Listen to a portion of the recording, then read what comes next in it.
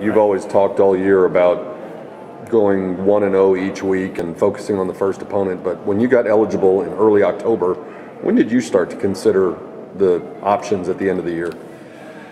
You know, not really very much. I mean, I think, you know, first of all, let me just say this: we're excited to be going to Boca. I think it's a good bowl game for our players. I mean, I think you know, going to Florida, someplace a lot of the guys have never been. I've never really spent any time there myself, and so, you know, I think that is just a cool experience within itself. You know, but you know, for me, as we went to 8-0, I mean, I was, you know, the Cotton Bowl was kind of the thing that was interested me, honestly, at that time, just because, you know, and we knew we probably had to win out or maybe could lose one game depending on how the chips fell. You know, but being the Cotton Bowl, a traditional bowl game in Dallas, was kind of, you know, certainly appealing early on, but you know, you don't spend much time thinking about it. I mean, because at the end of the day, you just try to win every football game you can. You have no control where you end up, and you know, you don't have any control of who your opponent's going to be, and so just trying to focus on stuff that you don't have any control over. So, but as I said, I mean, we're fired up to be going to this game against a good football team, playing a conference champion, and you know, a 10-win team. So we're fired up about that. Do you wish it was on a neutral field rather than in their own stadium? You know what? I don't really care, honestly. That doesn't matter to me at all. I think, you know, I think that's part of the challenge, and I think, you know, our guys will be fired up about that. What does making a bowl game signify for a program? Well, it's always important, just because, you know, you get a lot of extra practices. You know, we'll get 12 of our 15 bowl, or, you know, you have 15 potential bowl practices. We'll use 12 of those 15, just with the schedule the way it is. And most teams honestly use between 10 and 12 most of the time, even if you have a late bowl game. Very seldom do you practice all 15 opportunities. But it's big because, you know, it's really important for young player development. You know, the way we're practicing now, we'll have our 4th consecutive practice in the morning, and, you know, we've gotten a ton of our younger players reps, and it's been fun to see, you know, those guys get to run our plays instead of running scout team plays, which they've been doing a lot of the year. And you know, you start to see guys make significant jumps and moves, and so that's always exciting, you know, as you see young players start to develop.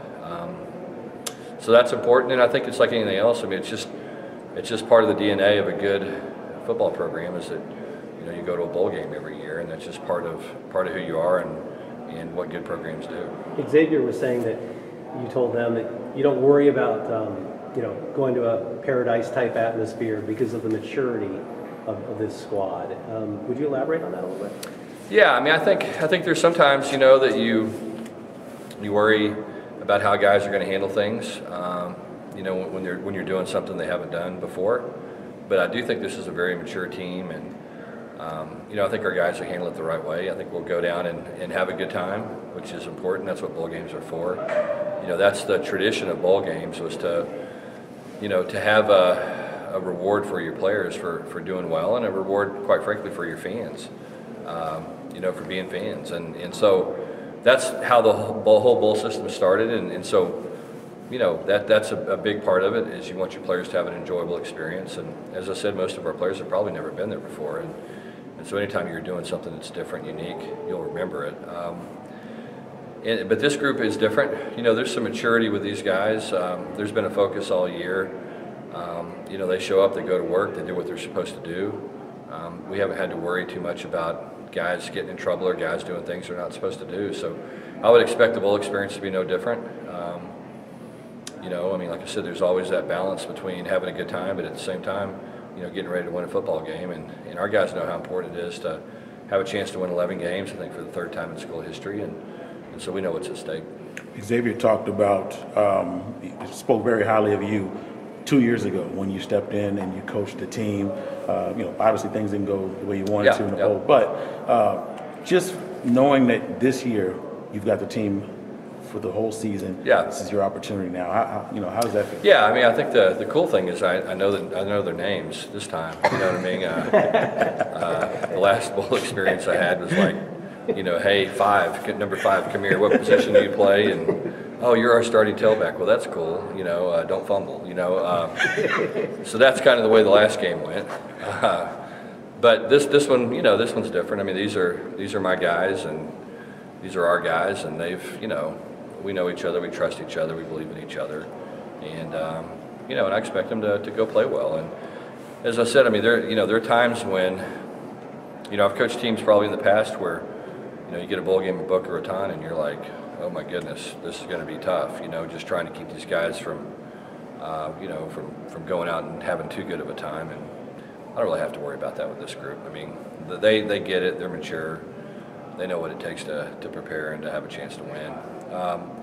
But you know, I think the progression of becoming a good football program, you know, one of the steps is you win bowl games. You know, it's like you learn to win on the road, then you learn to win at home, then you learn to win, you know, when your back's against the wall, then you learn to win with like a target on your chest, and then, you know, then you learn to win bowl games, and then you learn to win conference championship games. And so all those things are kind of steps in the right direction that you want to take. And you know, we've made some big strides this season.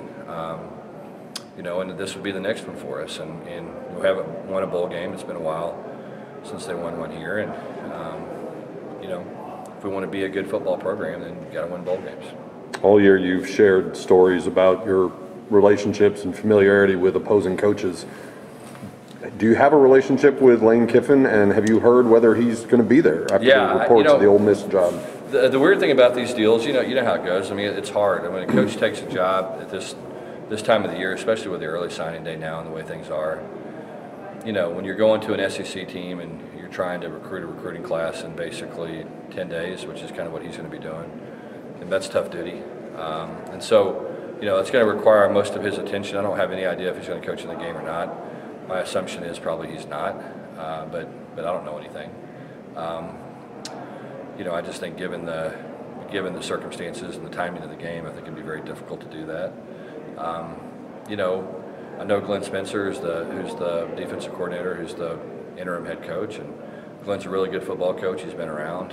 He'll have the guys ready to play, and you know, you can look at this thing differently. I mean, anytime there's something that's strange and unusual that happens like this, you know, about half the time the team, you know, doesn't play well, and it's a disaster, and about the other half the time the team plays the best they've ever played, and it's a tremendous success. So, you know, the thing we got to do is worry about ourselves. You know, FAU is a good football team, a lot of speed on both sides of the ball.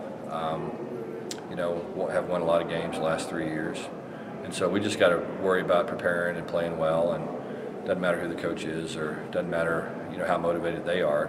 You know, we can't control that. All we can control is ourselves.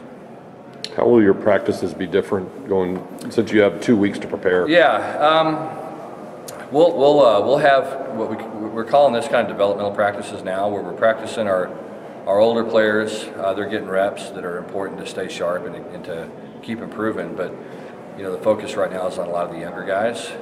We'll transition into we'll have a couple of practices like that later in the week, a Thursday and a Friday practice.